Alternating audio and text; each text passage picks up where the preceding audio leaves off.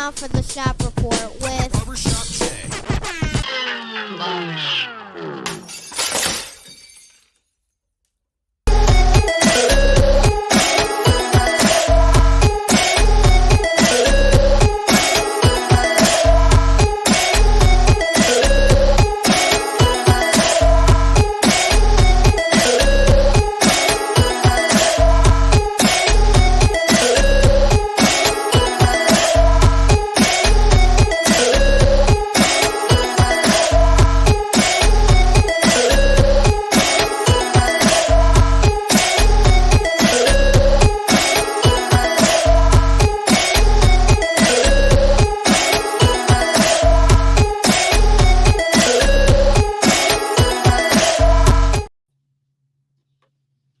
What up, sports fans? Welcome to the Shop Report special presentation of the Turnbuckle.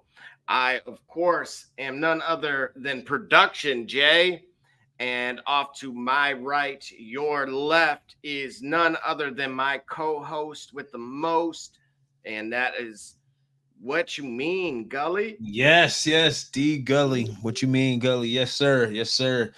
I'm happy to be back. It's another Monday. Some more wrestling. So let's get right to it, man. We got a lot to talk about, a lot to discuss. There was a clash at a castle the other day, and some interesting stuff came out of there. But we got a whole bunch to cover. So I'm ready to get to it, guy. Absolutely. And without further ado, we're going to do exactly just that. And of course, want to wish on a belated note, a happy Father's Day to Father's Day to you. As well as to yourself there. Thank And to all those that are watching and supporting us as well. We definitely want to shout you guys out. Speaking of shouting out, feel free to shout at us as well within the comment sections on your respective platforms. I know there's a lot of you tuned in now currently, and so we definitely appreciate that. As our main host on Wednesdays typically says, we are of the people, not above the people. So let's get right to it. Speaking of Father's Day, we had this. Whoa. None other than Liv Morgan playing this up. Happy Father's Day, Daddy. Wow. What does this mean, man? Because, see, a lot of this is happening when mommy ain't around. You know what I'm saying?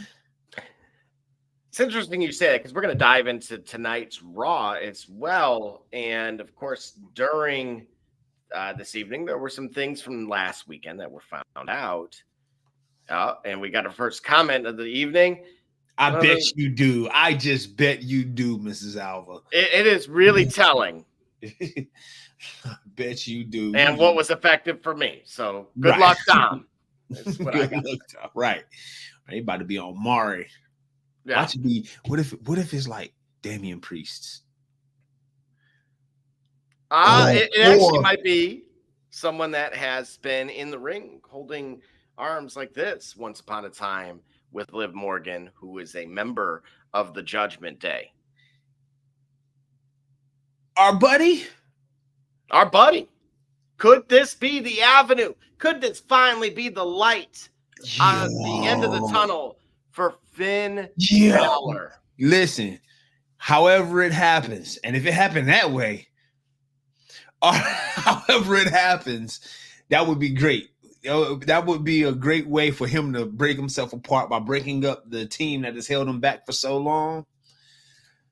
You know, if he leans into it that way. But man, could that be? That would be great. Break his little heart to make the, if you think about it, right? Let's just say Liv Morgan's avenue is chaos. All right. Mm-hmm. You get in the way. You disrupt the thing he got going on. Okay. You plant this seed. Meanwhile, somebody who's just been nothing but loyal with nothing to gain from it has just been breeding resentment. He don't get the girl. He don't get the title shot. He's just there. And so, we learned this, right? From recent rap beef. in recent weeks. You know, what if you got somebody from the inside? You follow what I'm saying? Interesting. So imagine if this was the plot, right? Okay, we disrupt mommy situation and we betray the rest of Judgment Day by causing chaos as a means to be able to create an exit strategy, exit route. That would be great. I think it'd be great storytelling. I'm not. Yeah. I completely disagree or agree with you, but I'm going to reveal the piece of information right now. If you recall, in last week's Raw, there was a hotel room key. Yep. That was offered to Dominic. Now, there was the segment that I briefly touched on that key went missing. Yes. It was revealed tonight that our guy, Finn Balor, was the one who took the key. No. Now, he had an exchange with Priest about the why to it. Was all right. He said to protect Dominic. Right. And how else do you protect Dominic? By sliding in the room before he get. You remember when I said, why is he blocking? Yeah. It's starting. This might be too much for you, homeboy. This might be too much for you, little bro. Let me go ahead and help you out with this, man. This might be too much for you, little bro. So let me listen. We've all had a big brother, an older cousin, somebody who, man, let me look, bro. This might be a little bit too much for you. You know what I'm saying? I don't want you to get overwhelmed by the moment. Don't get overwhelmed by the situation. Let me take care of that for you, bro. You be all right. You know what I'm saying? You'll learn, and then next time. Oh man, listen. All right, don't let us come up and be right again. We getting warm. It's sounding like Finn Balor's taking a line from Usher. Don't leave your girl around me. True player for real. Right. You don't have to call. Right. Apparently. So more to be, I guess, determined as the night and these next few weeks certainly unfold. But yeah, there was a statement about, have you talked to Rhea? And it wasn't to Dom, it was the other guys. They were like, I'm kind of staying away from that. And so it'll be real interesting here because I don't know when she's going to be cleared, but there's some other developments that occurred this evening that I'm going to table for now, but okay, real quick, let's go behind the curtain. Let's go behind the curtain. Let's go behind the curtain, right? Let's go into reality. What is her current status with her injury? What's the deal? To my understanding, she had surgery on that arm. Okay. What was the actual injury though? Did she have a break? Was it a significant muscle tear? What are we dealing with? What was she doing? What I understood, it was more than a contusion. Okay. But matter of fact, I'd like to actually see what the true medical diagnosis was. Okay. Let's see if there's any. Here we go. Okay, so as of a week ago, it was noted that she was, rehabbing the shoulder, and she chose not to have surgery at that point in time.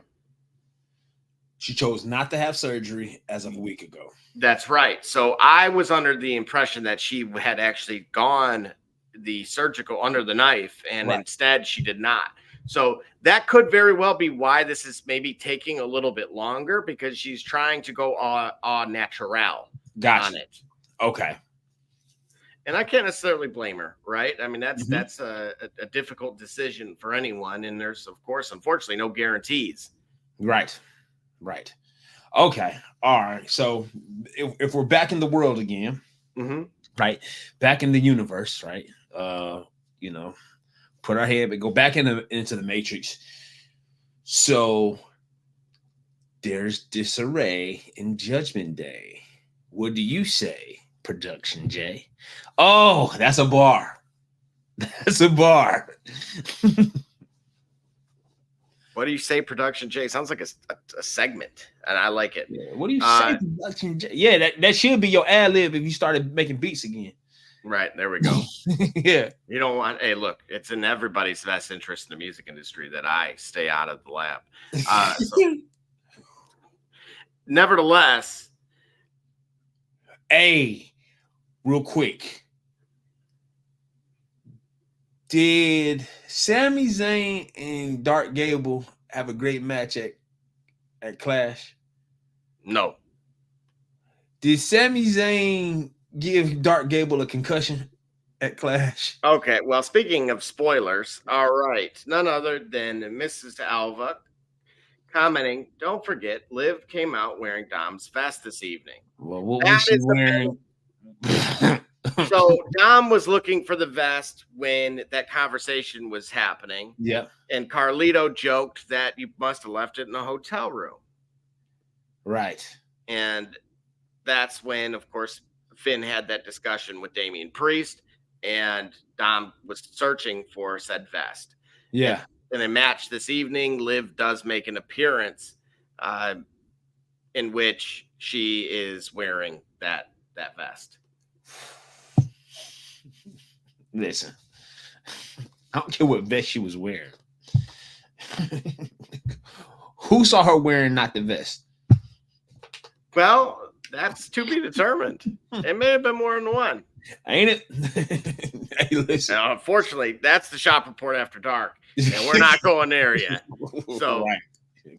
as a matter of fact, we're going to transition away from this before it gets dark here quickly. Yeah. All right, for sure. So, our next topic is actually this here. It is rumored that WWE 2K25 is going to have a feature that would be none other than somewhat of a earth-shattering, groundbreaking type of addition. The Rock as the final boss. Yo, if you gotta play, go ahead. But before I'm gonna finish this point. Yeah. You would be able to, following, of course, that story over the summer or so, you can expect a showdown as they strive to defeat him and claim victory in the virtual ring. Do you fight? Hey, listen, is the People's Championship on the line? Yo, you gotta have that belt. That belt's gotta be in the game. That the Mama Rhodes belt? Which belt? Listen, he gotta have a Mama Rhodes. Yo, he gotta have that. So he gotta have that belt. The Mama Rhodes belt. He gotta have that. And then you gotta be able to wrestle for the People's Championship. That would be sweet. You know what I'm saying? You wrestle for the People's Championship. First of all, I think he's in better shape than he's ever looked.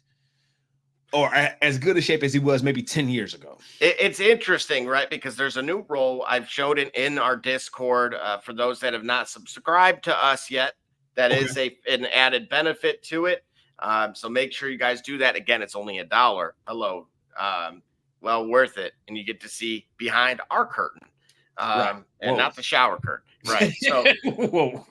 Yo, you got to pay a little bit more for that. The show. Yeah. Edit that. Yo. Never mind. Anyway, including outtakes, right?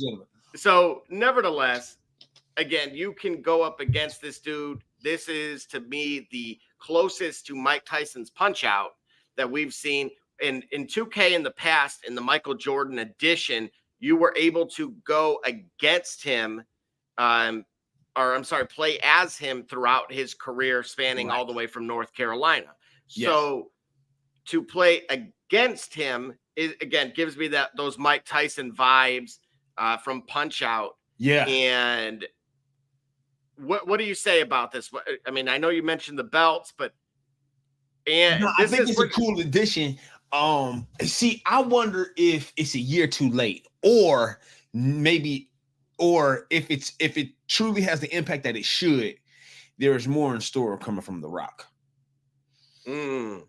There's got to be much more in store coming from The Rock for you to have this moment.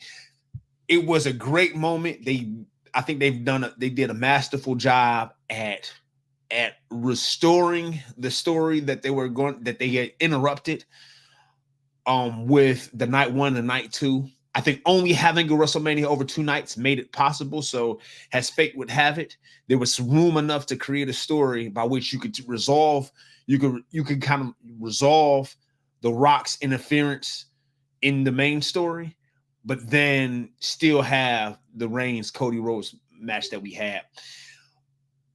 Though this deluxe edition, if this is to be true, I would imagine there's going to be more to having to deal with The Rock inside the WWE universe that would then play out, and that would then be worthy of playing out over next year's game. So I hope to see more of him to justify this happening a year too late. Get what I'm saying? Absolutely. And I do agree that it's not a year too late. This is only a sign of things to come over the next 12 months. Again, we know he's filming right now for that movie where it is like, I related it to, he does not look like himself, right? I posted it in the Discord. It's an incredible transformation, and that film I'll look forward to actually seeing, but I would imagine he's going to come back. We've talked about, Roman and many of the others about what they might be doing next. And so collectively, there is going to be some kind of overflow that does require the final boss's presence, in my opinion, and it's going to lead right into the launch of that game. Very much so. I think he could possibly go face again and cleaning up the bloodline, because the bloodline is a mess right now. Where do you start? Well, you start at Solo. You do. Now, what may happen, interestingly enough, because I think the fans may want to see it still, you have Solo and the bloodline that Solo has. You remember, we had an NWO and we had a Wolfpack. That's right. So you have Solo's bloodline causing havoc, disrespecting the legacy of the Samoan legacy, right? I say disrespecting in terms of the universe, in terms of storytelling, but not in actuality. I mean, no, I'm not hating on that at all. You know what I'm saying? It's a beautiful legacy, right? But I'm saying you had them disrespecting it, right? You get Roman to return, and you get The Rock beside him. You get the Roman and The Rock as a tag team, and in a position where the fans are wanting it, or the fans are appreciative of it, unlike 10 years ago where it was force-fed to us.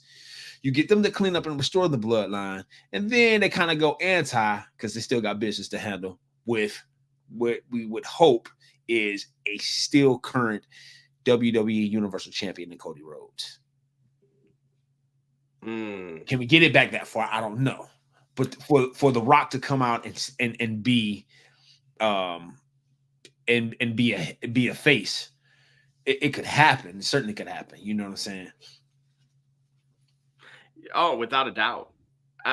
Again, there's too many avenues in a good way for that storyline to go. And based on how bad cousin, the boy band bloodline has been, 96 degrees.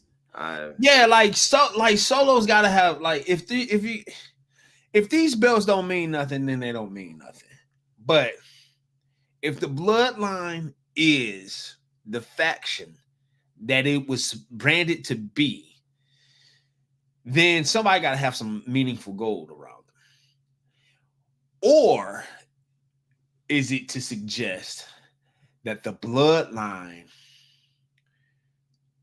under Roman Reigns was the threat was the preeminent faction in WWE. You get what I'm saying? Like the bloodline really only significantly matters if Roman's the head of the table, right? And and that would be sad, in my opinion. It would be, yeah. It would be a shame, actually, especially because it really would have reiterated how bad they missed the mark with that group, especially with the opportunity, right? We talk about this time being the down period, and we got some we're going to be kind of on an upward trajectory from this point on, right? But they had a chance, and they really they set that they handed it on a silver platter to him. But even as we've stated with Cody, and we'll get to him in a moment here, but we're going to with that being said, we're actually going to take our first break and then dive into some stuff. So, first some business, and then some castle talk. And of course, we're not talking about Gully crashing this castle last week. So again, we'll see you in 126. I'm Jordan Gudeman, and I'm the founder and CEO of Eddie G's Cookies. I was first diagnosed with a nut allergy when I was young. At the time, there weren't a lot of labeled items that said if there may contain nuts or there are nuts in the food, so my brother and sister and I baked a lot at home, and we enjoyed treats from mixes and things like that, but I noticed that it was not the same as what my friends were enjoying, and I started making up my own recipes. When it was time to pick a career, I decided to start a bakery so I could share my treats with everybody else. When I started creating my recipe, I was taking in all the things that I thought I was missing out on. A soft, chewy center, a crisp outside crust, and a taste that is just like it came out of the oven at a bakery. When I put all those things together, I had come up with a recipe for a dream cookie. Eddie G's Cookies only uses the finest ingredients. We have all natural flavorings, no preservatives, and every cookie is made in a nut-free environment. The best part about Eddie G's Cookies is that they can be delivered right to your door. You can share them or not. We won't tell.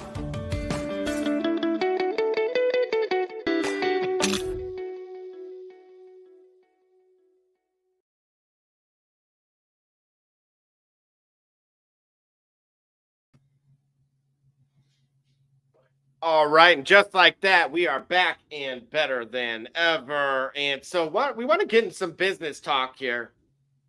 Of course, the press conferences, which hopefully we'll be a part of at some point here at the Turnbuckle. Yes. So production, if you guys are listening, we would be honored and humbled with those media credentials.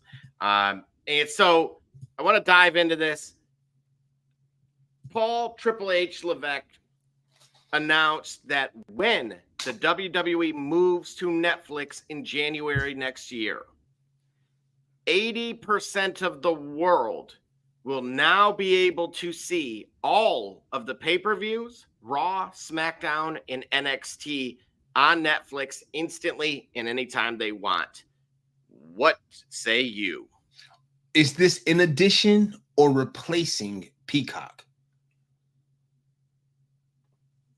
It would be likely in addition to. Why would I even have Peacock anymore? Well, now they have Peacock Premium. So there were elements of this that you would have, if you had watched Clash at the Castle live, you would have missed out on certain vignettes, I would have said at the very least. There was even a post show that took place on Peacock as well. And we're going to actually dive into that as also. So to restate, all PLEs and the basically the WWE network, right? Let's say the legacy, the original incarnation of the network, if you remember back when they launched it 10 years ago. That content is going to be available in Netflix. Yes. Just by having a subscription to Netflix. That's right. So the Netflix subscription is going to go up like $3. I doubt it. Oh, I bet my 10 to your 5 is going to be a subscription increase. Okay. Hey, I'm trying to fight the battle for you. Don't give them ideas. Nah, this already. I mean, but what I'm saying is, I probably would get rid of Peacock. I like Netflix. Actually, Netflix is probably my favorite streaming service because I think they were so far. I mean, they were around longer, so they've got more time to develop. And I'm much more interested in the content that I get from Netflix. If you add the sports and sports entertainment, if you add sports and sports entertainment to Netflix, which is something that it's missing, is about as complete as any other service. And I think they can do it because they're so big. I think they can do it at a cheaper price point. Like I said, they'll raise the Netflix price probably $2 or $3. People will complain, people will hate it, but then WWE fans are just buy Netflix if they don't already have it and cancel Peacock. Well, you know what? And people making that type of decision, especially these days, I don't see any problem with that. I think competition is a good thing. Yeah. And that, having to make that choice, we've already gotten there with cord cutting as a whole. Right. And so you naturally have to make a decision on some of this stuff. So correct. I do love the idea of having it in more than one location. Like we talked about this with the NFL in the past, that when they had moved away from DirecTV and then moved to Apple TV, that was a $500+ subscription for the year, and for just the NFL package itself. Okay. And then you had to actually be a subscriber in order to, take advantage of the other stuff. And I think they gave you a discount at that point that at least offset it, from what I understand. So you're talking about when NFL moved to Apple TV? Yeah, that's right. Just this past season. Mm-hmm. So you still had to pay $500 for the year? On Apple TV? Right. Whew. All right. Yep. Oh yeah, that's the thing. It's like the days of it being like $5. That's why I'm saying, folks, our subscription is $1. I mean, we're the Arizona iced tea out here. Right. That's value you're gonna find on the internet. Exactly. So free plug for them. Shameless plug for us. Well, and rightfully so at that price. So I want to get into, speaking of growing programs, wouldn't be fair if I didn't bring up NXT. And I talked about our champion, Cody Rhodes. Yep. So this was the previous week's ratings. Okay. Here's with Cody Rhodes.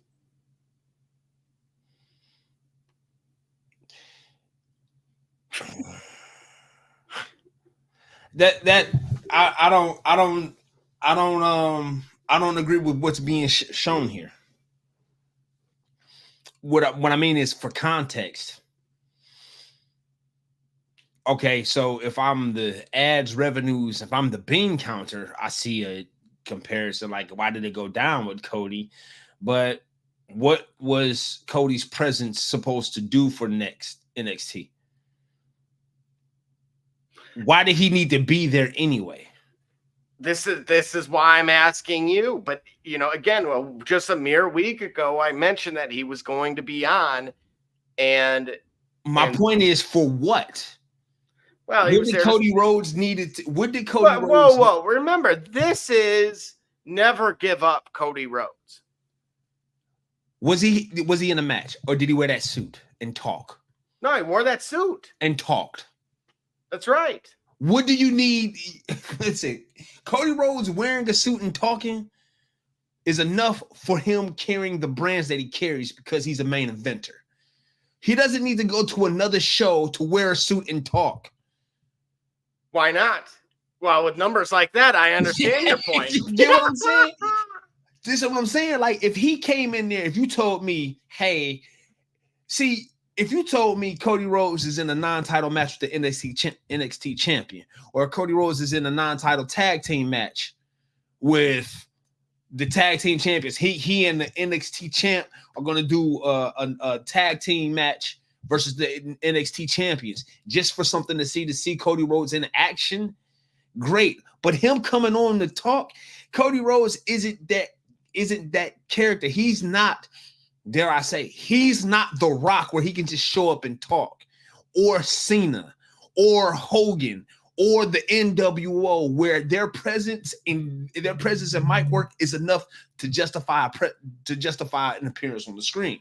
He's not that guy, and that doesn't make him any worse. But that's not his. Sounds like it. No, but that's not his. That's not the best that we get from Cody Rhodes. The best that we get from Cody Rhodes is when he's in the ring working his magic. He's great on the mic. He's not a slouch. But what I'm saying is he showed up and talked. We knew he was going to do that at SmackDown. You get what I'm saying? You know, it's interesting you bring up he's best in the ring. We had a match at Clash at the Castle. Yeah. And I quit match. At Clash at the Castle. And according to you, your words, no mere moments ago, that would have shown right across our ticker here. Cody Rhodes is best in the ring. Yep.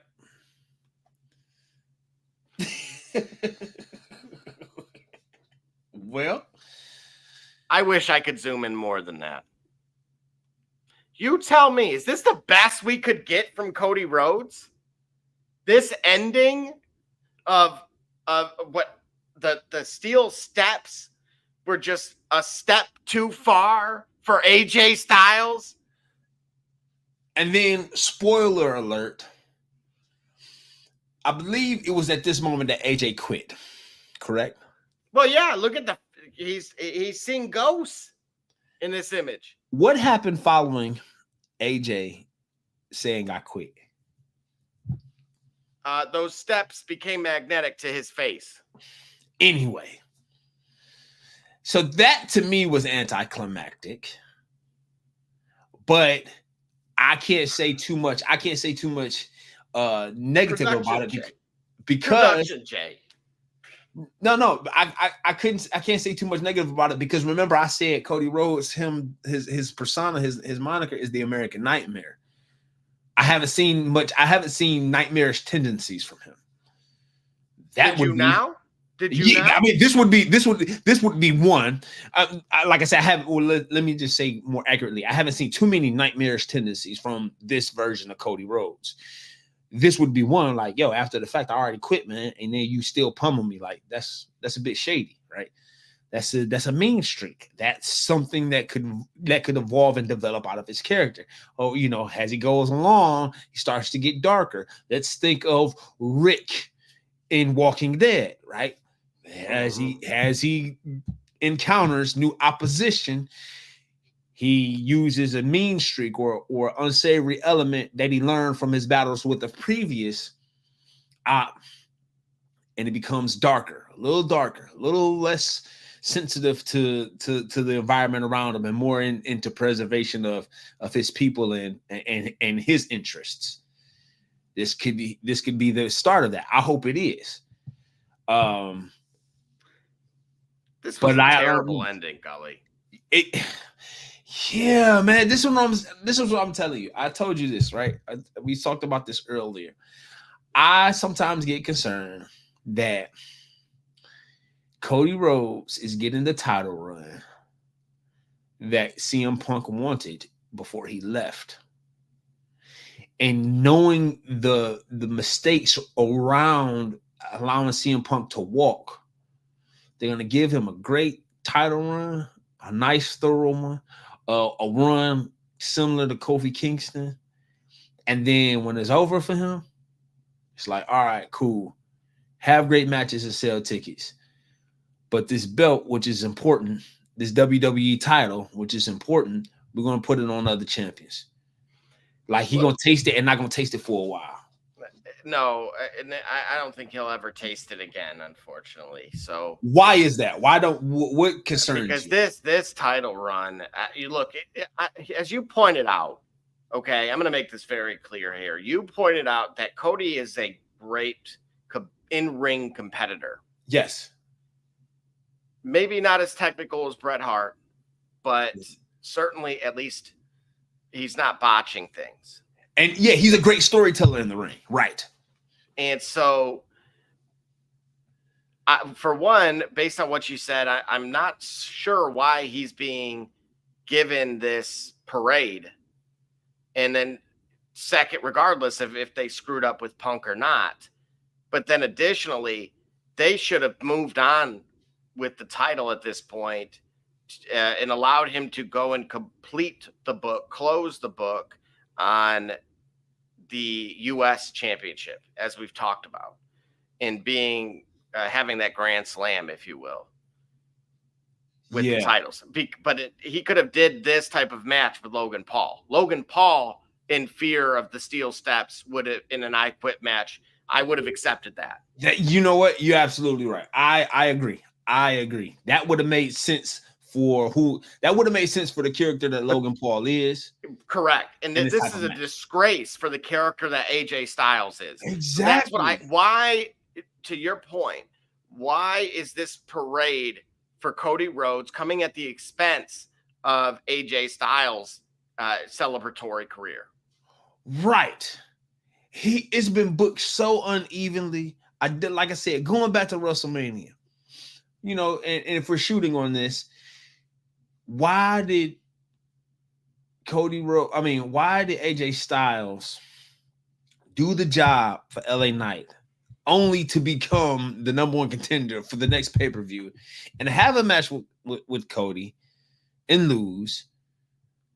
Then to 2 months later, fake a retirement to have a match with Cody and lose. I don't understand the uneven booking for AJ Styles. I don't get it. I don't get it at all. And I don't like it either. I don't know what's happening back there, but it feels chaotic. And it feels like there's a lot of uncertainty that I'm not accustomed to, because this never give up Cody Rhodes. This is not American Nightmare. This image may be. Right. But having his mom slap AJ Styles during this match feels very Cena-esque. If you remember, his dad was a part of a match. Yeah. Yeah. And then I would say, I'm saying that perhaps the injury to Roman Reigns or the time off for Roman Reigns is the problem. Because maybe they had a longer program together. Seth was injured. Mm-hmm.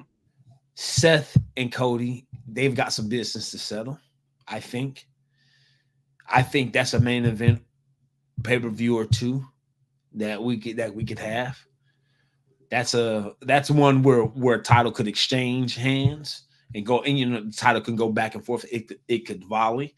Maybe the injury front is the issue. Right, CM Punk. I know CM Punk is drawn into a Drew McIntyre situation right now, which we'll get into here next, actually. Yeah.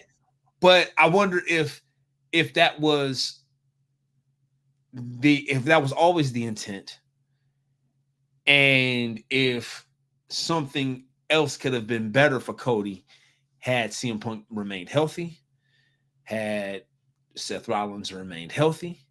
And so we're getting them not booking into what we're getting is them backing off of booking a solid gripping story for fear of having another Rock situation where what you had was so good and it was interrupted by something. You get what I'm saying?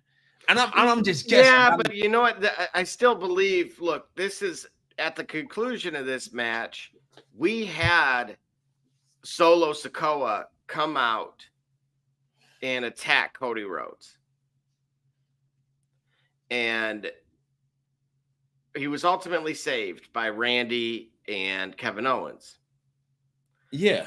And I'm going to point these two images out to you because to your point Yeah. a moment ago, yes. I noticed both of those, and I noticed that. as you see, the bottom is from Clash at the Castle. Yep. And he looks very Smeagol-esque. Yes. And so my question to you is, are we on a pathway to this? I wouldn't mind it at all. I wouldn't mind it at not one bit.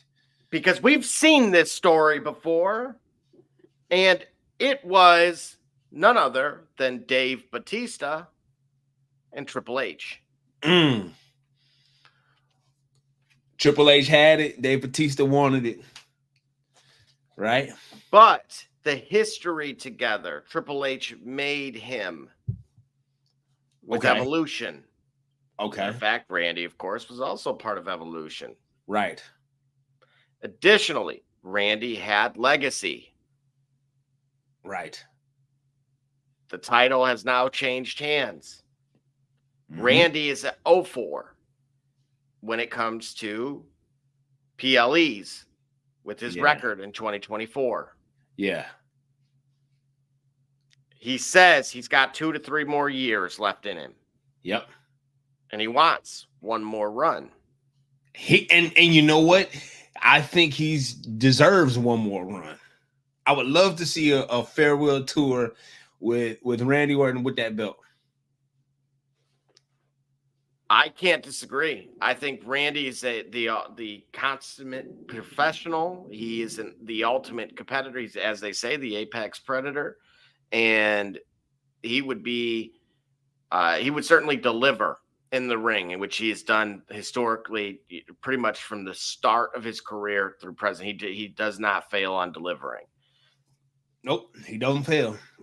All right. Any final thoughts on this here with our current champion before we dive into some other events that took place?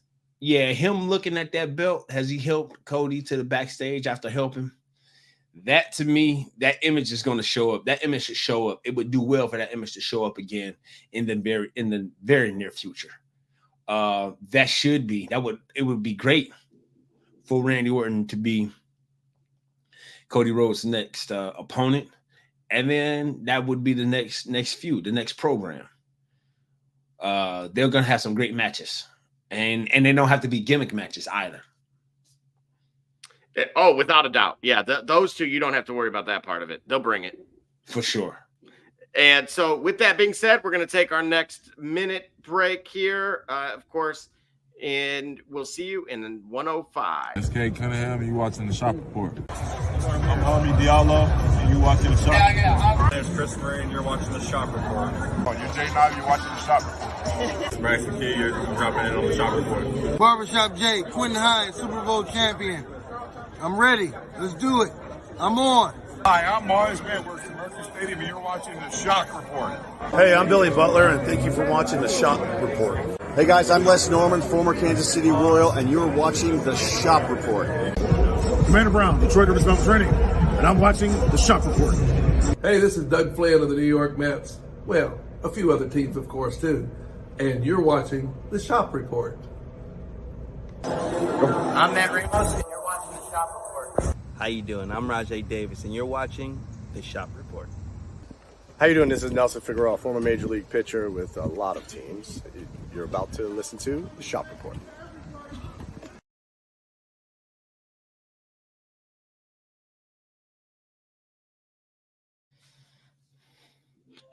All right, and just like that, we are back. And I wanted to get your thoughts really quickly. We've talked about in the past cross-branding. And historically, we've never seen anything of that kind, those dream matches, if you will. And what we're seeing now is AJ Styles, who just took a loss here over the weekend, going to this special event, going to participate here in this Wrestle Nation event, I believe, which is located in Japan. And so I wanted to ask you, what are your thoughts on this now that we're seeing it's beyond TNA that may have an acquisition and that type of business angle? what do you see now that this is just a separate event? These are things we used to hear about with the Flairs, but they weren't under contract with WCW or WWE at that point in time either. And I've even heard, UFC talk about they dropped the ball with Pride. And when the Fertittas bought Pride, they blew it and lost the Japan market. So, what do you say that there's like this big, broader, overarching thing, and now we're actually seeing it with the WWE superstar? It's great for business. It's great for branding. It's great for fans, because it's exposure, right? I can tell you right now, I've never seen Marufuji in the ring before. I would imagine, though, I trust AJ Styles' judgment for him to put for him to have that as an opponent. Tells me that we're going to get some great wrestling, and we're going to get a match that AJ Styles likes to wrestle as well. We're going to get that style, and we're going to get a chance to see some new life, new talent, right? I think that for the WWE, the name of the game is global exposure, or global exposure, if you will. And this certainly can do it. I would be interested in watching this match and seeing where it goes, and then what other matches, what other burgeoning talents across the world are invited to compete in these exhibitions with WWE talent, since we know the names in WWE when we don't know the names across the world. So that way we can find out who they are, the World Baseball Classic, if you will. Yeah, and I love that. Again, we see it. This is what I mean about the TKO brand potentially trying to fix an issue from a mistake they made, right? No different than you talked about with Cody potentially, with just how the brand itself is viewing his title run. But then seeing something like this, I think, is brilliant. It makes perfect sense. Obviously, we have insurance policies out there as a just in case, right. But you talked about on a previous show that maybe they don't know what to do with all this talent. This could be the answer. Yes, optioning it out, right? This is come on, you this is loaning in soccer. This is Lionel Messi, right? Is Messi? No, not Messi. Ronaldo, right? Isn't he in the Well, he's in the Saudi league now, yeah. But wasn't he in the World Cup? I mean, Major League Soccer, MLS? No, that's rumored that in a year he will be joining Messi. At which point they can name their price on season tickets. Right. But Messi's in the MLS now, right? That's right. Yeah. He brought half that Barcelona team with him. It's just freaking remarkable. Folks, if you haven't gotten a chance, go. Like, there's no guarantee how long this guy's going to play. Yes. Like, that is arguably one of the Pelés of our day. Yes. And you got a chance to, not even, drive a half hour to go see it. Right. As long as your team has natural grass, I'll throw that caveat and save you some money and a headache. And so it's worth it. It's worth it. You get to see it done the right way, and the game's going to continue to grow here as it's proven, right? We're going to see you got Copa America. Look, as much as I kind of condemn MLS as a whole, what we're doing as a continent is actually quite remarkable with this group and what that ownership group consisting of legends like David Beckham. That was part of, so for those that don't know, that was part of David Beckham's original deal to come here when he played for the LA Galaxy back in 2005. Okay. So what he did is part of the negotiation was that he was going to be able to own a franchise at $15 million, somewhere between that. Okay. For context, if you wanted to own an MLS team today, it would be about 50 to 500 million, somewhere in there. Wow. So, want to talk about a discount? Right.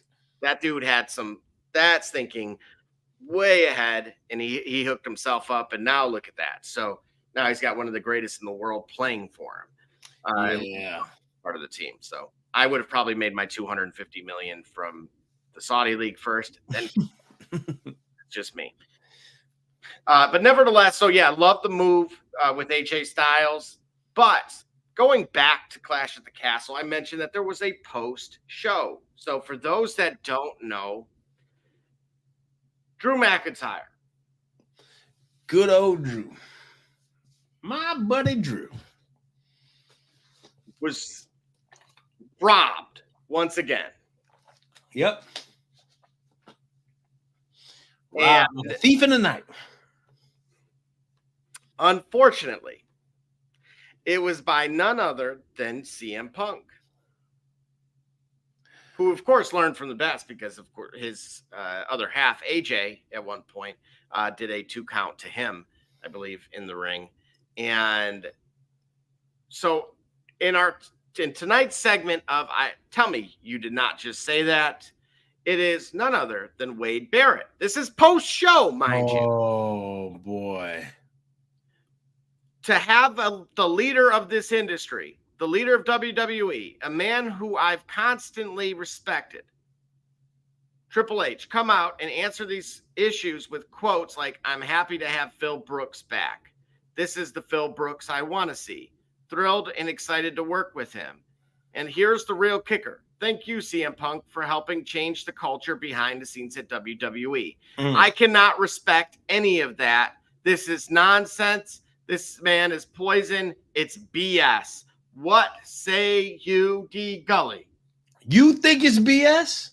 No, that was Wade Barrett. Oh, I'm about to say, like, no, he's changing the culture. Like, what he's talking about in terms of getting everybody to see the bigger picture, to make the best of their time and wait for their moment, and then when it is their moment, make the best of their moment. And all at the same time, he keeps sabotaging the best moments of Drew McIntyre's career. I'm gonna interrupt you. I'm gonna keep going. Yeah. More Wade Barrett. This was the biggest screw job in history. It's just beaten Bret Hart. This is the new number 1. There is a huge shadow cast upon this entire industry thanks to the actions of CM Punk. CM Punk needs to be fired by WWE management. For once, show some balls. Do what you're supposed to do. This guy who is not medically cleared to be in contact with any wrestler. He has now materially affected the outcome of 2 heavyweight championship matches. You guys need to do something about it. Restore some honor, some integrity to this industry. That sounds personal. That sounds like you did a heck of a job at overselling whatever the hell just happened. I'm sorry for cussing. No, this is not the worst screw job since the Montreal screw job. It can't be, because that changed the landscape of wrestling. That is when the fourth wall came down in front of our faces in a way that not even the curtain call could. No. What? Go on. I can't believe what I'm hearing. Yeah, the incident in Montreal was... Oh, yeah, I'm familiar. Yeah, that was the second biggest redefining moment of wrestling in the 21st century. But why Drew McIntyre? This is now both castles, okay? So both castles have crumbled for Drew McIntyre, and also at Mania, where he wins and then loses immediately after. Well, he could. Hey, listen, he had to keep his eye on the prize. He kept talking to CM Punk. He didn't have to do it. He could have just celebrated the moment with his family and left it alone. Could have left well enough alone. You had the upper hand. You was winning. Man, listen, let me explain something to you. You ever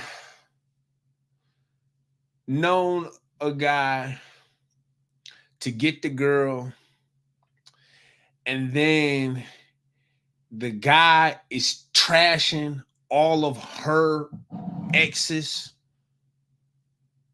and spending time dwelling on the exes? You follow what I'm getting at? You follow where are you going with follow what I'm getting at? Drew. What's the problem with that? If you want to say I'm better than them, you want to look at the mistakes you made. Why? I'm the improvement. We ain't even got to talk about that. But what did Drew do when he won the title? What did he do? When he won the title, kept going after the ex-boyfriend. That's what he kept doing. And what happened? The ex-boyfriend became the thorn in your side. Like, look, nah, bro, when you over it and you've leveled up, and she's leveled up by having you in her life, and you've leveled up by having her in your life, bro, the past happened. I mean, you had to be somewhere. You had to know that it was a mistake. And I proved that it was. Now we don't even got to discuss it no more. Let's move forward. Drew didn't do that. And so when Drew yeah, but you know what? Hang on a second. You're not taking any accountability that the ex is there. The ex is showing up outside. Now that changes things, and you know it as well. No. Because it's in this analogy, somebody keep inviting him to the house. Okay. All right. So he won like he should have. Drew did at WrestleMania. That's right.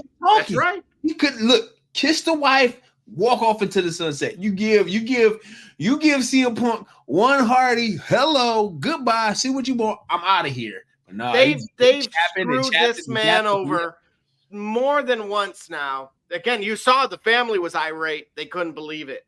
Yeah, I showed that to you guys again in the Discord, folks. Subscribe here, and additionally, now you have back-to-back Clash of the Castles where it is just bad news for Drew McIntyre. And then to make matters worse, his wife has a real, behind knocking down the wall, as you say. His wife has real life emergency surgery. And then this Montreal screw job, the Scottish screw job occurs. It can't be the Scottish screw, man. We got to temper that down. We got to turn that oversell down a bit, because it's not on the same level, and then it dampens the effect. Like, he got screwed over for sure. You know what I mean? But it's not on that level. Tell me this. What WCW is Drew McIntyre gonna go to?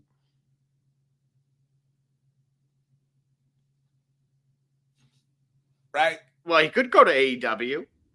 He could be All Elite. And Veer Mahan could be coming to Raw. Listen, you've been selling that. He could. But what I'm saying is, I don't like it. I wish it hadn't happened in that way. But I will tell you this. If he stays long enough, there's going to be a payoff. There's going to be a payoff worthy of Drew McIntyre having to endure the losses he had. He's going to learn his mistakes. He's going to learn his mistakes. He's going to suffer from this, become stronger, become smarter, become faster, become tougher. And he's finally going to get that warranted run, right? To where you'll have him, he and Seth Rollins to do it again. I think he'll win again, Drew McIntyre, but he's going to have that sustained run. This is fun right now. This is very fun to watch him this is very fun to watch him get the Tommy Dreamer treatment, the Tommy Dreamer program. I think there's more to this. I said I thought it was personal. Mm-hmm. Do you remember who took over Nexus?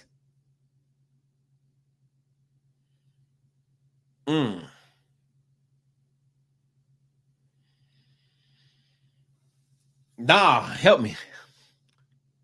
None other than CM Punk took Nexus from Wade Barrett. That's right. That's right. Hey, and he was part of Nexus. That's right. Oh. So this could go all the way back then. These got roots that run deep, huh? That's what I believe. That you called it overselling. I thought it was actually truthful. And the reason he was the rationale behind the overselling was the fact that CM Punk is costing, it feels all too real again for Wade Barrett. Oh, okay.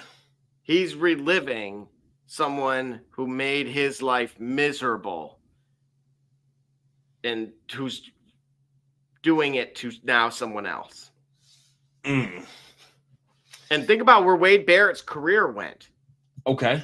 Well, first of all, look, he's announcing. Now, yeah, sure, he's a little bit older. But Punk is still there. He's not. Right. We've seen this with the Macho Man, and it killed him inside. Yeah. Seeing those guys have those runs. He didn't want to be done. His brother has said that when Vince said this is the end, right? He wanted to write off him and Hogan at one point in time. Yeah. And he put him right there to Wade's right, essentially. Yeah. And Macho he hated it. He hated it. Now, thankfully, he can credit Jake the Snake Roberts for that wedding gift and getting him out of that booth. Yeah. Fair enough. Okay. So obviously Drew is not leaving the WWE. He did re-sign that deal. Okay.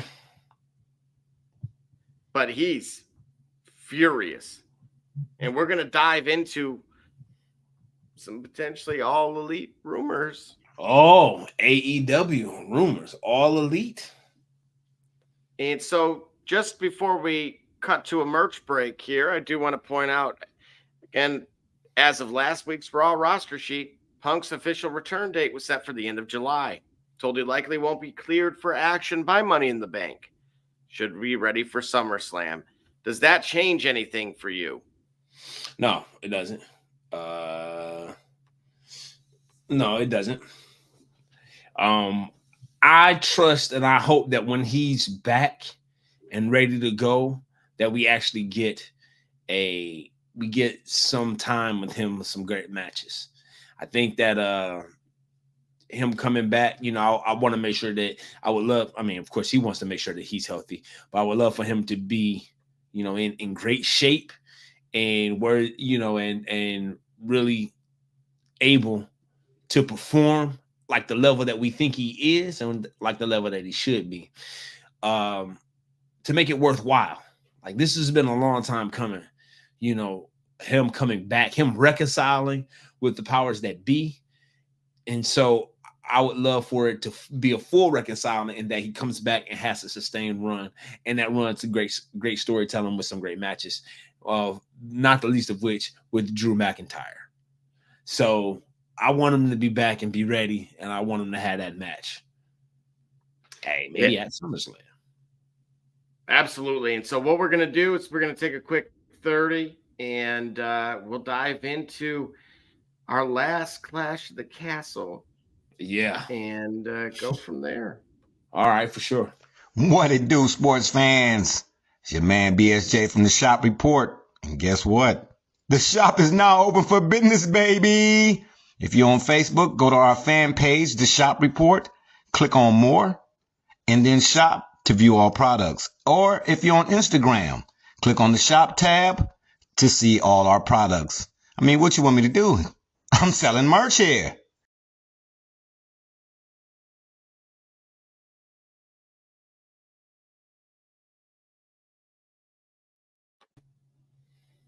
All right. And as you saw on me, the merch is here. It is real. By all means, everything slides, refrigerator magnets, you name it, we got it. And again, all proceeds support the program, get reinvested in the program, and allow us to do what we love to do and get our host out of the post office. For sure. With that being said, at the Clash of the Castle, we've talked about Jade Cargill quite a bit over the last few weeks. Yeah. And we talked about potentially when she was ready, she potentially should make a title run. However, that was when she was ready. And of course, as you aforementioned, she needed to lose the belt that she had, which was the tag team titles. Right. That's exactly what occurred. They would go on to lose those belts. Right. All right. And then what we saw was rather interesting, actually. We saw her what appeared to be not only a botch with the springboard, but then also it looked like she tapped out a little bit. If you'd like to address that first, Deacon. All right. Well, the springboard botch. I mean, there's no way to color that one. To color it differently. She missed it. You go for that move, you got to be able to connect it. You go for that move, you got to be able to execute. And if you don't, you don't. You take an L. That is a botch. The headlock, quote unquote, botch. I'm not completely sold on, because we've seen that spot for decades now, and it usually begins something like the headlock is in and the wrestlers falling asleep, but then before the hand gets dropped for the third time, they're shaking their hand, and then they're coming in and they're turning it over. I saw that's more indicative of that's more relative to what I saw than her like forgetting the type of match she was in and tapping when she shouldn't have tapped. I didn't see it as egregious as others may. Well, why is that? Why was it not egregious to you? I thought it was egregious. I thought the springboard, someone blamed the ropes. Do you buy that? Yeah, the ropes were working. I don't know. I don't know. I mean, didn't we see Sami Zayn do a matter of fact, versus Dark Gable. He did a springboard back into the center of the ring. Well, that's what I mean. Look, others had no problem. As a matter of fact, this carried on. Uh-oh. In our last, tell me you did not just say that. Take a look at this exchange from none other than Shayna Baszler. Ooh. Ropes issues. But Zoe Stark nails 3 perfect springboards, MVP status. And then you get a reply from none other than Jade herself. I'm sorry that no one came to see you two. I clapped inside, though. I was hoping that would help you, you little pick-me.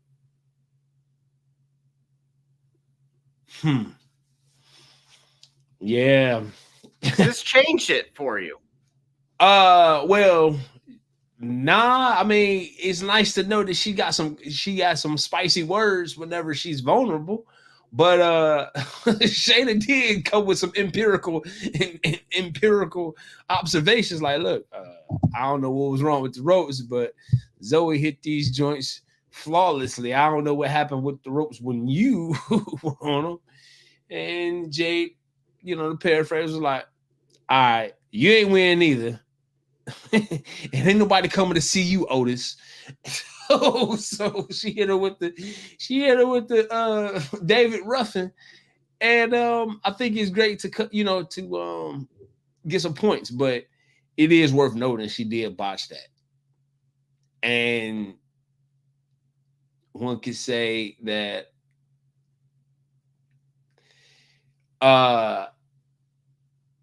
she got some work to do, Jade Cargill.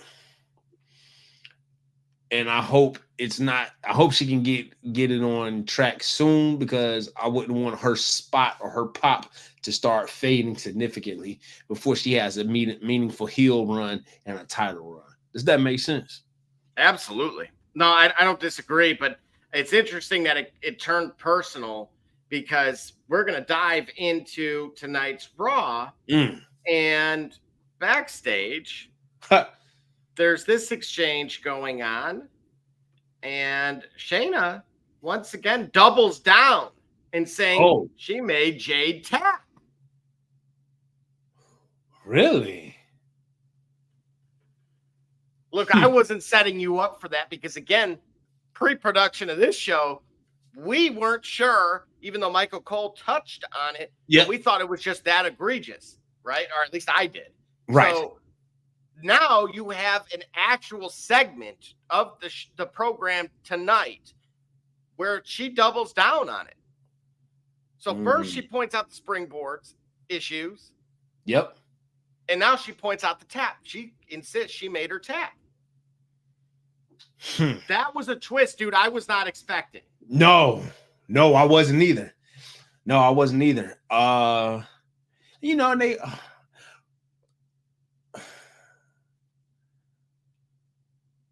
so wait a minute. She said she made a tap.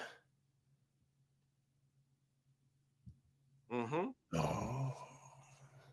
So there's a feud coming. There's a feud of brewing, right? There's a kind of like Kofi Kingston, Randy Orton type situation that they can run into. Now, who's the heel in that case? Well, you know, matter of fact, you brought him up, so we're going to dive right into it. All right. Matter of fact, during tonight's Raw,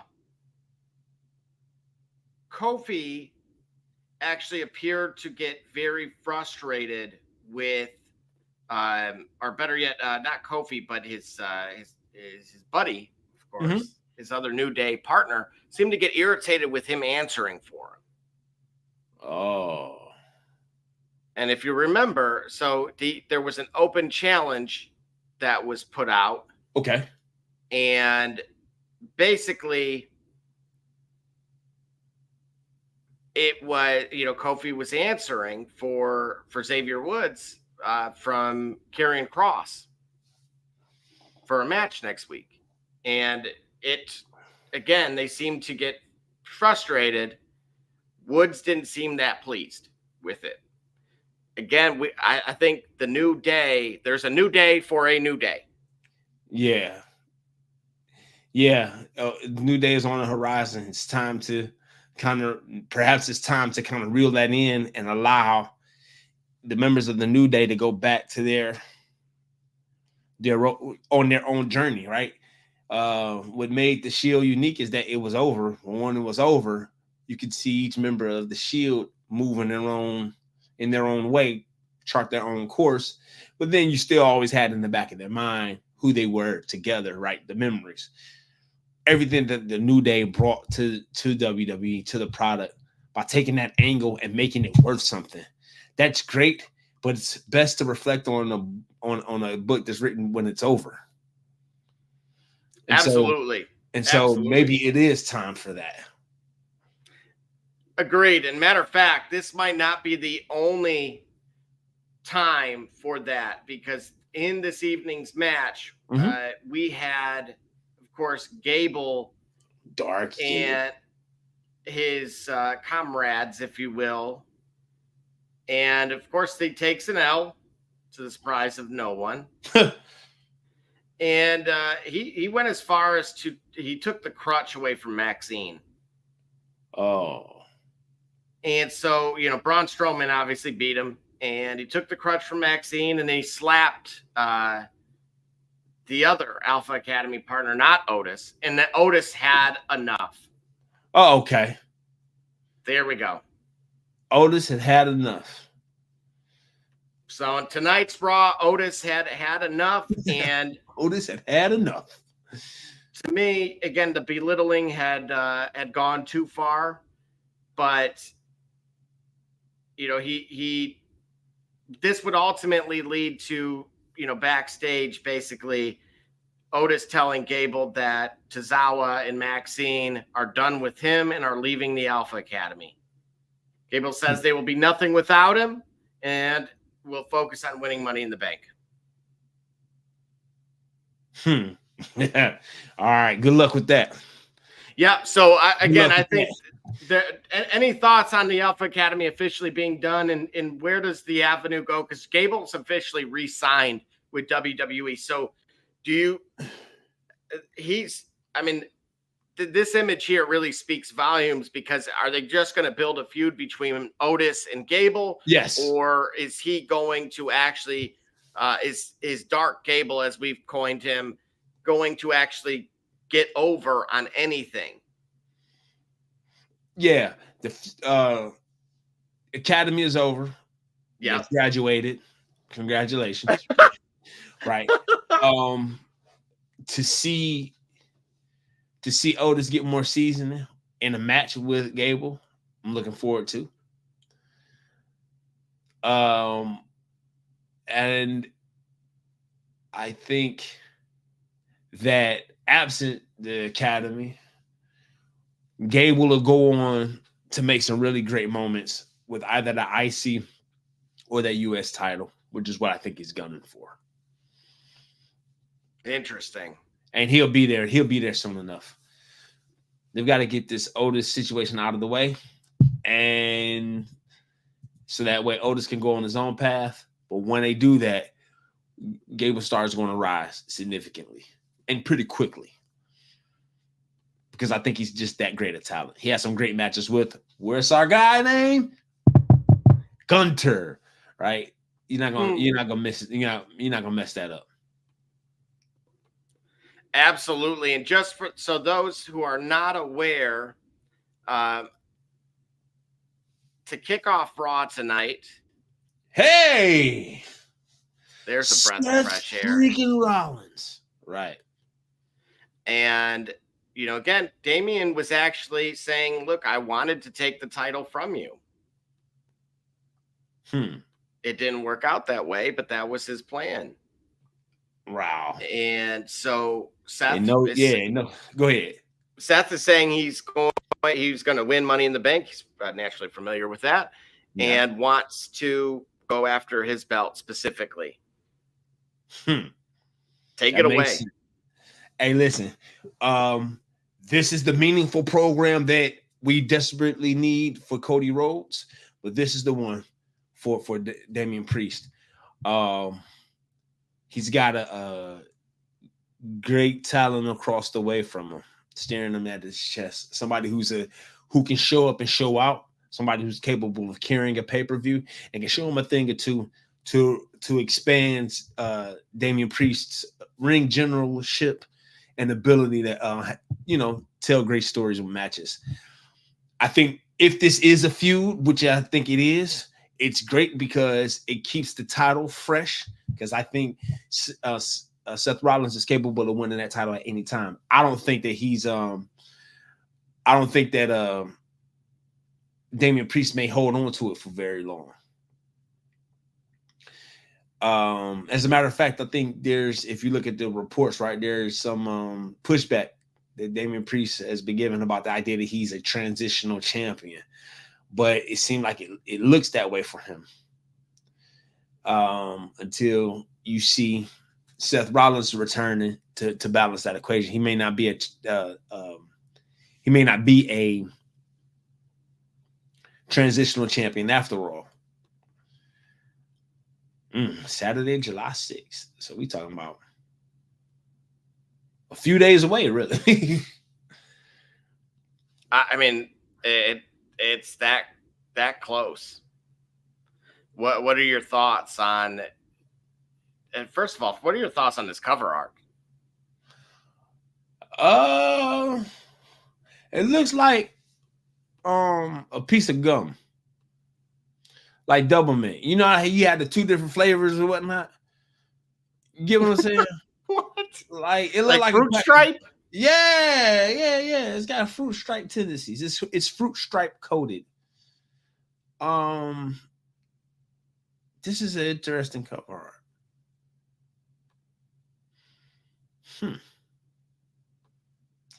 I like the match for sure, right? Let's not don't judge a book by its cover, but what are book covers for, right? I've said that before. But I like the match regardless of the book cover. Fair enough. And so moving on, next week, this is what we have. We have 2 qualifying matches here. Braun Strowman versus Chad Gable versus Big Bronson Reed. Any thoughts on those guys? That is an interesting matchup. I'm not certain who I'd take to win that. You know what? I can't disagree. I'm not sure who I think comes out of that. Because again, the push potentially has been for a few of these guys, right? Well, all 3, yeah. I mean, it really feels that way. So, nevertheless, we did have a segment tonight where Sami Zayn came out and said, look, he's done with the Chad Gable thing. Okay. Offered, Braun Breaker was going to be the next challenger. Right. And then, of course, he was interrupted by Sheamus. And so, naturally, that sets up a match this evening between Sheamus and Braun Breaker. Yep. Only to be interfered with by Kaiser. So Sheamus actually wins by DQ. Oh. So we have a little bit of a twist here, because now what that does is it sets up Sheamus versus Sami Zayn for the title, and clearly a feud brewing here.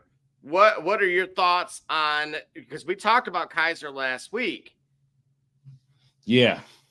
And we weren't quite sure. There were many directions he could go, but what are your thoughts with this being, because Braun Breaker's been on fire, dude. You've said it, I've said it. What do you think about these two? Because we're talking about people that are red hot right now with talent, and we just listed 5 of them.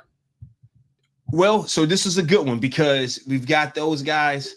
We've got Braun Breaker, and we've got Kaiser was on a roll. Big thought. I was thinking like, who do I think winning that match? I think Braun Breaker's winning that. And is it going to be at Money in the Bank? Would it be Money in the Bank? Well, it would have to be. Yeah. Who do you like winning that? To my understanding, this is the final title that Sheamus has never won. As well, I want to point that out. So does Sheamus get over on? So I'll this is what I mean, dude. There's so much of that. Like, there's layers to this. Yeah. So right, is that Pat McAfee first of all, or is that that's Kaiser getting? That's speared. Kaiser. Oh, this is what I'm saying. He got him folded. It looked like Pat McAfee.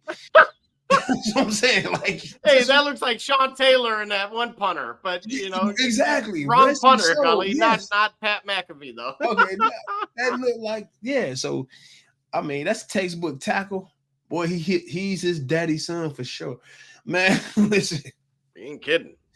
No, like you said, they're red hot right now. I like Braun Breaker in that match, and that's the thing. To cement someone's status as being the next guy or somebody on the run, you probably got to run through somebody else that's pretty hot and doing well. Just like we see it being done here. I got to run through you in order to make it happen. And that's what Braun Breaker is showing. It's showing Kaiser. But I think it's going to be a great match. I think it will be a great match. I think it will be a great feud, something to last throughout the summer, something to last into the fall, because of their talent, and then because of the implications behind it. Right, we don't know what is in plan or where creative sees Kaiser until they figure that out. They've already got to put him against another hot young talent in Braun Breaker, and then let's see where the chips fall. Let's see where the revenue is. Let's see where the money is. Let's see where the pop is. It looks like Braun Breaker though is that guy. Well, you know who isn't that guy? Dark Gable. Oh, Drew McIntyre. He came out today. Yep. And said, "I quit." No. Yes, and he was not in an I quit match. He don't really mean that. While dude, he just signed the deal. Like, but is this from the wife's thing? Like, was he gonna get put over, and then the Punk thing had to happen? Like, whoa, what is going on behind the wall, dude? Well, I can tell you what, he certainly could be frustrated. I mean, chaotic. You know, you're working the program, you're doing the job, and then ish gets real. Okay. So yeah, I can take some time. I want to take some time off. Yeah, I do quit. You just signed the deal. You can't take a vacation and you just accepted the job. No, but count on Phillip Brooks being nearby in the coming days or weeks, having an interview and calling him out, calling this into question. I don't think he quit. I think he's taking some time off, and somebody's going to talk some sense into him to bring him back for him to complete his story and win that title back. But I think it may be a lot for him right now. Dude, I really think it has to do with his wife. But what I'm saying is, I don't think he's done and like searching for life. I think he's just saying like, you know what, I need some time. So I quit. You know, I quit because you got to respect the not quit. If it's said that way, right? That's if we're talking about if we're working on this one, right? But if you're shooting on it, yeah, he's got problems. But I think this is a work. That's no, I think the timing, unfortunately, I hate saying that, especially when it is real, that the timing, unfortunately, for his wife couldn't have been better, because now you can get a healthy Seth in there to at least cover us through Money in the Bank. Right. And then essentially lead to SummerSlam, where, like you said, as I just showed earlier in the show, it looks like that's when Phillip Brooks is going to be actually cleared and able. Yep. And can McIntyre be back? And essentially, where do they go from there? I think at that point they could kind of finish the chapter at SummerSlam. Okay. Something that, and again, this is why you heard me perplexed a minute ago. Okay, just for context here, Katana Chance and Caden Carter beat Dakota Kai. And why is Lyra there? Why she has no business being in this image? One of these things is not like I was sitting there struggling through the Drew McIntyre thing just a second ago, because I'm staring at this image and I'm like, what? What is Lyra doing there? Don't do this to her. She should have had a Money in the Bank run. She should have had something. Right. Don't do this. You had a chance. Don't put her a part of. Oh, dude, no. Come on, say it. Come on. Nope. We have to say it because we have to acknowledge. We have to acknowledge it. Okay. All right. Yeah. Why interject? She has no business there, dude. Nope, none whatsoever. And that's why she's there. Like, she ain't got no business being there. That's what it is. That's enough to draw. I feel like that's enough to draw some heat. Like, people know, like, you have no. It's not even about you. There's so many other things you could do. Like, nah, you're gonna come here. Boo, right? Watch how animated it gets. But yeah, you forcing that. You're forcing that situation. And people ain't gonna like it unless it's great storytelling. Who knows? What do you think?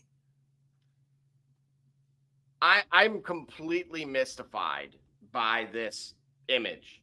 Like, as you saw, folks, the beauty of live TV. Yeah. But as you hear in reels, so don't, ridicule me later.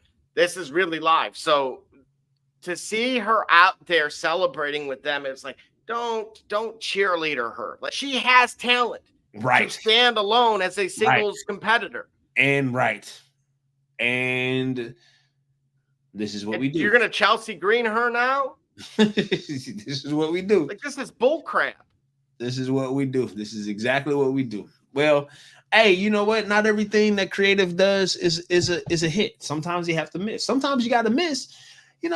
Like sometimes you got to miss just cause. You get what I'm saying? Sometimes you just miss. Like you don't hit them all right. You don't knock them all down. You know how like when you're playing in 2K and you could do those. I want to call it a scrum or basically a locker room interview. Yes. They'll ask you like, even though you scored all these points, are you upset about, are you worried about upsetting the veterans? And it really feels like this is rookie mode. And, we've seen her with the exchange with Becky Lynch before she left. Right. And now she's out kumbayaing, celebrating somebody else's wins. Who's to blame here? Is it creative? I don't see the angle with this. That's the problem I have. It's got to be defined. Yeah, creative. I guess if you're looking at this at this moment for what you've seen, right? Given as fresh as it is in our minds, without any justification, without any provocation. Big words. I've been on my big word kick. Right? Yeah, creative is because I don't understand it either. Like, what's the purpose? I don't know. And speaking of purpose, Dirty Dom asked Liv to give his vest back. He ain't getting it back. She says, if you want it, you're going to have to take it off me. Whoa. Whoa. Okay. And there's Damian Priest. Mm-hmm. Looking like a dad. Yeah, you got caught up there. Yeah, you forgot the ring camera was on. You thought he turned off the and he heard everything. He right at the door. Yep, looking right at you. What are your thoughts on this exchange?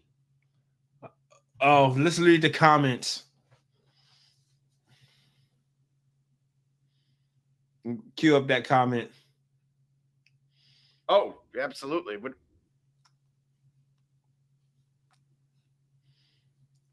Oh my.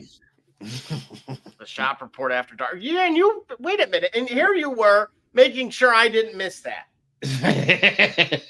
Yeah. Sure. Hey, listen. Sometimes you can read it, right? I don't need to say nothing. Live TV, folks. Live. I don't need to say nothing. But no, these sort of mini implosions are worth it because on one hand, we're cheering for him because he's retaining his title. On another hand, this situation's got him contemplating the course of Judgment Day. These are the things that the many fights, right? The many contusions and fractures and fissures that cause a break. But I love that image though. He got caught right in the middle. Absolutely. And our main event of the night was Jey Uso, Yeah. versus Finn Balor and Rey Mysterio in a triple threat match to advance to the Money in the Bank match. Your winner. Main event Jey. Well. The push is here. Is it worthy? Is it warranted? Can he take Money in the Bank and cash in and win? I think so.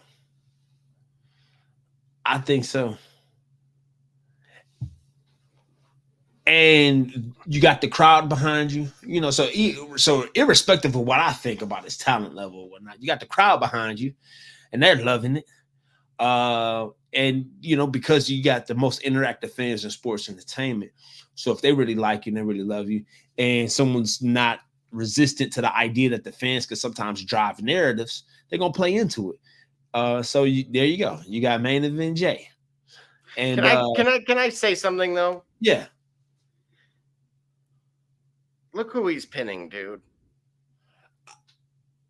Who is he pinning? It's Finn Balor. Oh, God. Does that not sit with you? Does that not feel like Pepto-Bismol in the summer heat? Like, nah, because you know what? Somebody got to win this match, but that don't mean that Finn Balor and Jey Uso can have a great pay-per-view match. No, dude. There's something that just doesn't sit right with me watching. Ooh, look, a dude with a great intro who struggles in the ring. Yep. I do not want the twins back together again. Okay. Not for a while. At least. Thank you. And I just, something about this does not sit well with me. Like, I respect Finn too much. Yes. To see him constantly getting pinned by Jey Uso. And yes, yeah, right. Like doing the job like Brooklyn Brawler, like Dolph Ziggler. Like, what is going on? Like Dolph Ziggler. That's exactly. Finn Balor is the new Dolph Ziggler. That's what I'm saying. What did he do that he deserves this? What did he do? What did he do? Did he take somebody's meal when they went on travel? Like, what did he do? Well, he took Dominic Mysterio's room key from Liv Morgan.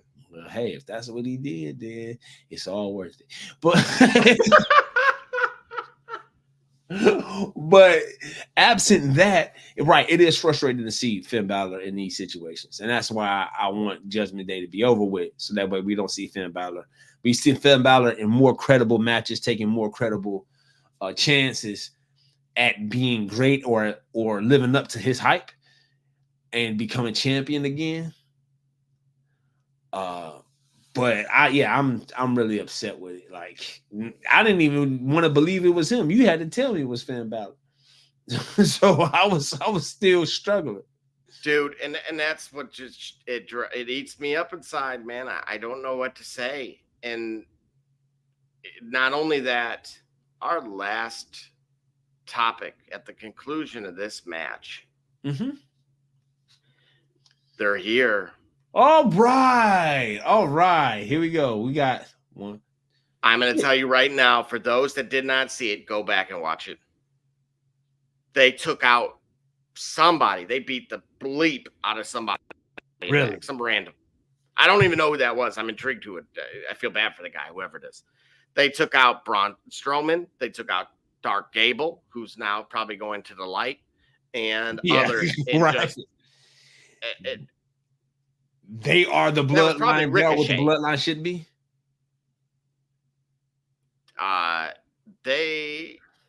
Yes, they did. They're here. They have arrived. And that was a killer entrance, dude. Really? I've got to, the Wyatt 6 or 5, right? Dude, there's 5 now. I think they're missing one, but yeah, we'll call it the 5 for now. But Uncle Howdy and crew are here, and man, did they come out with a banger! Like the crowd soaked it in. They loved every bit of it, right? I like that there was 5 of them. I thought that was a little bit of a nice touch. Yeah. Okay. Why is that? First of all, the first thing he's seen when he walked out is the Fireflies. Okay. Ooh, chills. Chilly. Right. Not only that. Okay.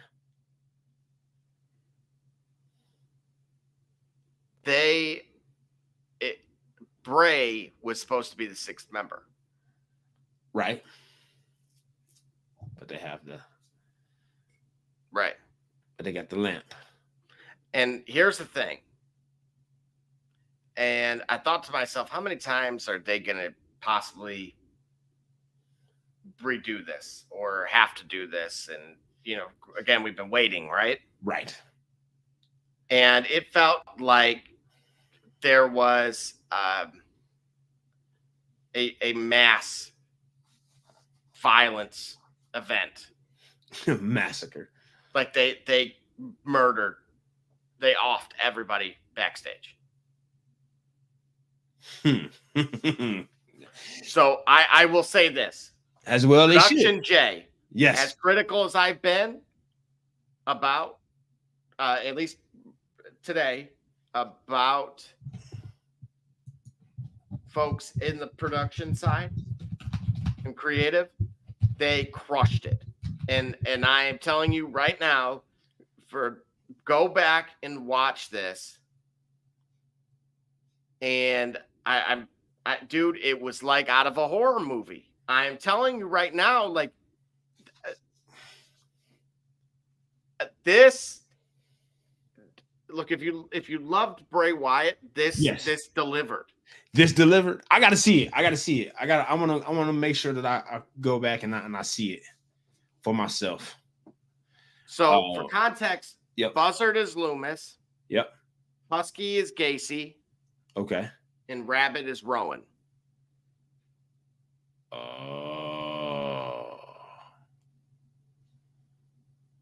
And then Abby is Nikki Cross.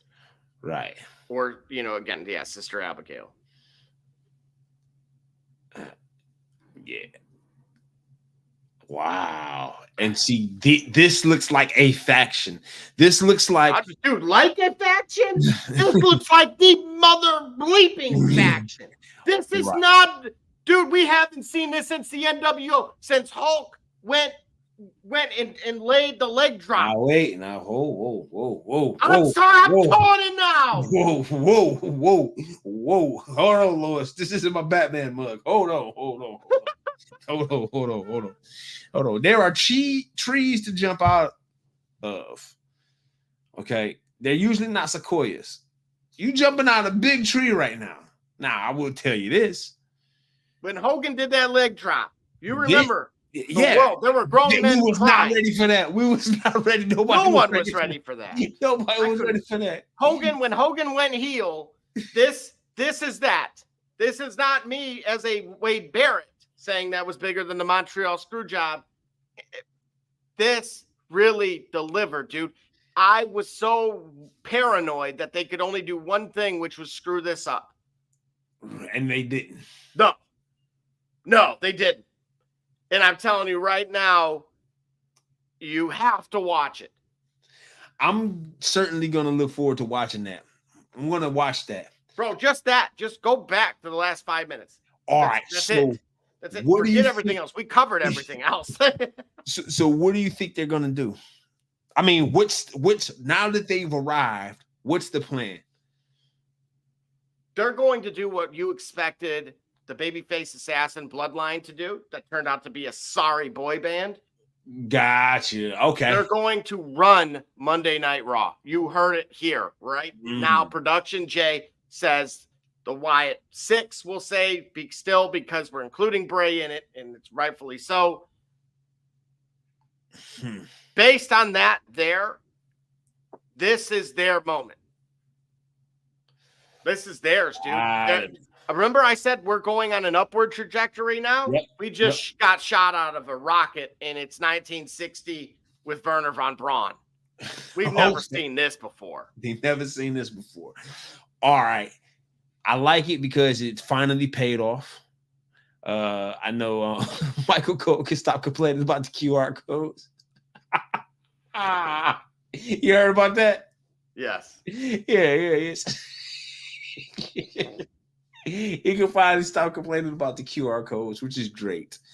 But now that they hear the stories they're going to tell, that's what I'm here for. And it's professional wrestling. And I know it's a soap opera, but so what? So be it. Leave me alone in my Batman mug. I am here for it. What I anticipate is that it does lead to Uncle Howdy having some great, meaningful matches in some of these premium live events and some of these PLEs. I love the homage to Bray Wyatt, calling it the Wyatt Six. I mean, what else would you call the name? And I want them to continue to be the terror that the Wyatt family started to be. In the way, like, man, you ain't really think, get you thinking about your mind. In the way that the Undertaker's arrival in WWE all those years ago really made kids think, like really made others think. Now that we're adults, we still have those emotions and those parts of our psyche. We get entertained, but we get a little spooked. It's in it. It's like why we play Resident Evil 4 when it's scary. What happens? That's my point. The only thing I felt like they under-delivered on, if I were to critique it, is that I wanted them to take out everyone, and meaning Adam Pearce and Hunter. Because to your point, that's how you get that reaction. Gotcha. What they did was absolutely brilliant. Okay, it was executed to a T. They promised that they said they were going to perform a massacre, and they delivered. They delivered for sure. This looks like a terrifying group. Again, Chad was laid out. Yep.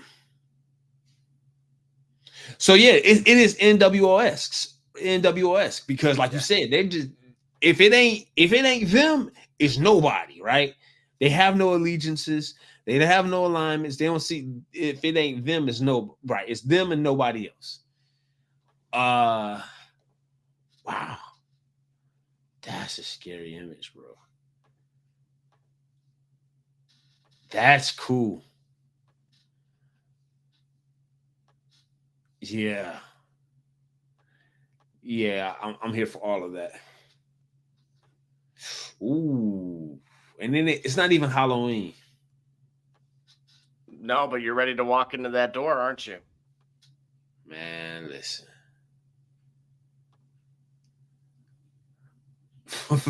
Man, listen. That is some excellent imagery. Let's see if the matches behind it. Let's see if the ring matches behind it help to further paint the story, further paint the picture. I want them to do great things. I want that group in the Survivor Series matchup. You can pick anybody that you want. I'm taking them. Taking the Wyatt family 6. Is it time for our own Papa H to stop making heels? No, you got to have them. It's never time to stop. You got to have them. Well, think about this. Look, you got Jey Uso, right? He's a star, as I, begrudgingly say. Only because it's at the expense of Finn, who's clearly Dolph Ziggler, right? Mask, Scooby-Doo. Jay's gonna win Money in the Bank. Okay. LA Knight will be your U.S. champion, only to then be dethroned by Cody Rhodes. Braun and Kaiser for the Intercontinental title. All we're missing is just no more heels. Shades of gray, right? Yes. That's what Vince McMahon said. I prefer to think of it as shades of gray. These images are profound, folks. Yeah, they are. Look at this. Oh, that one right there, man. That's a scary one, man. That one right there. That's like Papa Shango-esque, right? You ain't kidding. Right. That's like that's a scary one right there. I don't know what more to say about it, but I tell you what, if they built him up this long, they built it up slowly, they let this thing simmer. I want it to be the best tasting gumbo that I ever had. You know what I mean? It's got to pay off. Now it's got to pay off. Now, let me ask you a question. What does paying off mean for you when it comes to the Wyatt? Now that they're here. I think they become the most dominant faction we've seen since NWO. I'll leave it at that. But that is a slippery slope. That is. It can be NWO white and silver. You know, that third iteration of it, which was great in the name, but not quite. It didn't. The taste of it leaves fast, right? Absolutely. For me, for the Wyatts, I want them to dominate,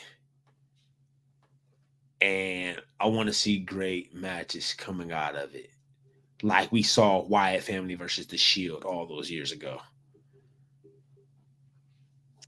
I couldn't agree more. This is going to be interesting. Because we have two. Again, it feels like in a week's time, pretty much. We're just a few weeks out from Money in the Bank. Like, these are critical pay-per-views that are going to set the stage for the key parts of the season here. Sure. And they've just arrived. So they will have something to say. Any final thoughts from you, Gully, on both tonight's program or any of the topics that we've covered? All right. Drew, find your peace and go after CM Punk.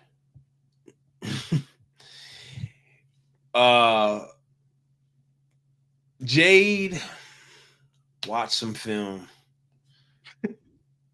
And don't dwell on it too much, but just watch some film. You practice how you play how you practice. She said 7 months, dude. 7 months of practice, and we're talking about practice. No, not a game. We should be talking about a game, but practice. But overall, I'm interested. Keep up the great work, WWE. I'm interested. You ain't missed too many things from me. Yeah. Again, host here. Look, the Wyatts, the Wyatt 6, I love it. I'm all for it. I don't think we'll see things thrown at the stage. I think we'll just see fireflies. Hey, I get the. You know what? Since you heard it, what is the theme that they used? That's just it. I didn't have any audio. Oh, okay. I did hear the crowd cheer when Gable was laid out, though. Right. Get him out the way. They was like, listen, I don't care what rated terror you on, but look, if he on your list, I'm cool with it. I mean, come on, man. Like, how bad is that? These guys are laying people out, and they're like, we can live without that one. So, yeah. Outside of that, I want to shout out, of course, remind everybody you could get the merch on the Facebook and Instagram page. Of course, on our website as well. And then, of course, want to just tell everybody we appreciate them for tuning in. Again, there's a ton of you guys spanning from Twitter, YouTube, Facebook as well. So we appreciate the network staying tuned with this, staying locked in while we deliver our take on everything. And feel free to comment. You know what I mean? Tell me about myself. And subscribe. It's $1. Get your comments pinned to the top. Let's go. Yes, for sure. And check us out on the socials. Shout out to the Shop Report, WYM Gully. That's the page, the Twitter, and the Instagram. And we'll be back on Wednesday, right? That's right. Yeah, we're here. On Wednesday on the Shop Report with our host. We'll be talking all things sports related, and outside of that, we'll do that at the Turnbuckle. We'll get back to our video game discussion here sometime pretty soon too, because I know that one generated a lot of interest. So you'll get our takes on what we think when we smash the buttons and create the stories ourselves. So absolutely, don't be afraid to comment. We literally Hey, look, we live for those. So by all means, let us know. Otherwise, if you really want to know what's going on, come to the shop. Walk-ins are always welcome. Holla.